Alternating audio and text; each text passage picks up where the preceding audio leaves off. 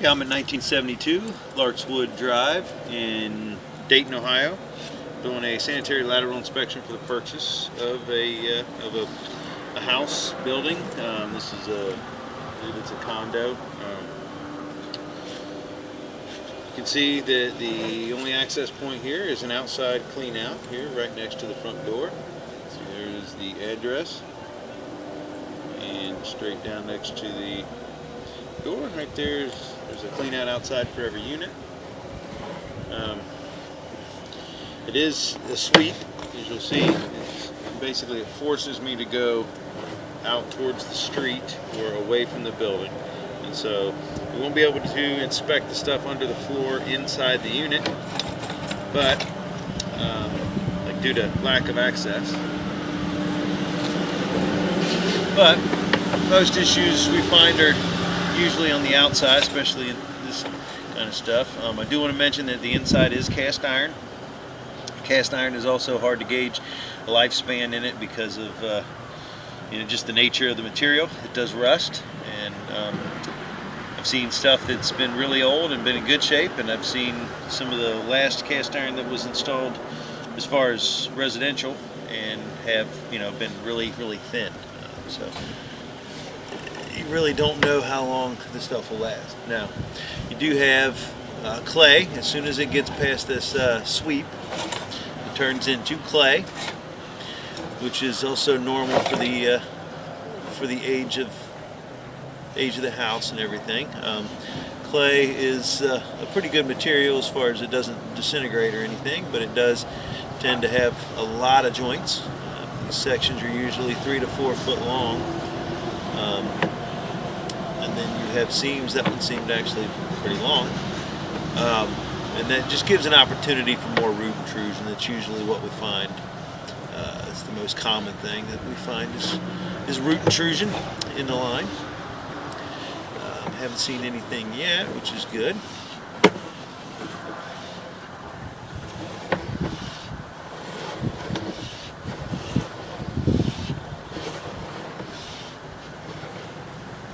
Seems like these seams are a little, probably pretty late. Some of the last clay lines were done seemingly in the 70s. There may be some stuff that's a little newer than that, but you can see a lot of times it looks like a tar packing. It looks like I am going into the main at 30 feet. I am going to try to locate this because I'm not sure how much of the main here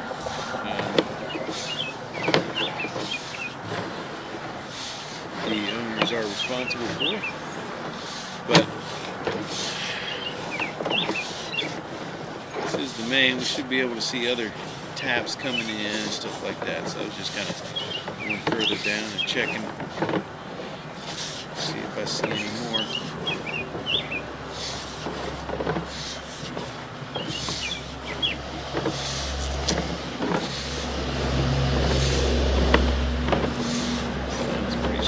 I haven't seen another tap unless these are shared.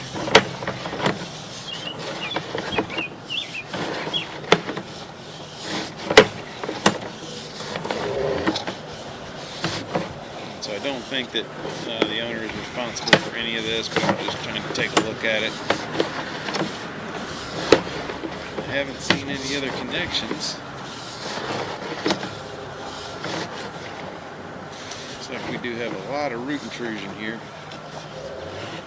and kind of grease, but I do believe this is the main. I'm going to pause the video for a second and just get a locate of this so that you're at least aware of it, and see if I can find out where the main runs out here. So again, I'm going to pause the video and locate where the camera is. Okay, so this is down in front of like 1978. Address 3 down, and so this what this does is this comes out, ties into basically a sub main, that picks up all the individual units, and then goes all the way down, and you can see the manhole in the street out there where this sub main ties into. But you can see that's a good deal of roots there, and so it's not the responsibility of. Assuming that would be the responsibility of whatever property management company manages this stuff, but it could cause an issue in the near future with the amount of roots that are in. There's a lot of old trees out here that I would say past that point there may be a couple even worse than that. But there should be other taps that come in or you're shared somewhere. I'm kind of surprised that I haven't seen any more. There's one right there actually. They're just hard to see. You can see the edges, I think. Well, no, maybe not.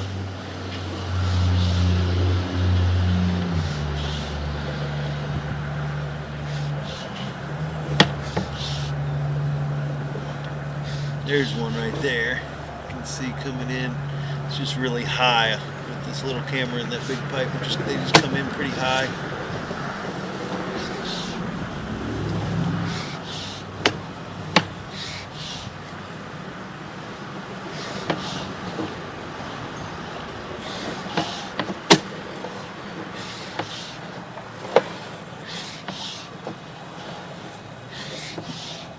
Should be getting close to where you turn into this tap.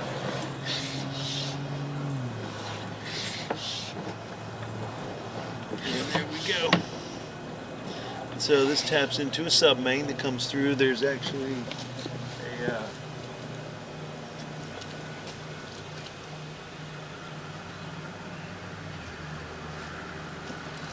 a manhole. You're standing in the front door looking out at the parking lot. Then you look to your left, and in between the buildings there is a manhole. I'm assuming that's where this sub main originates, and then it goes out and comes out, picks up all these individual taps, and then goes out to the street and ties into a manhole there too.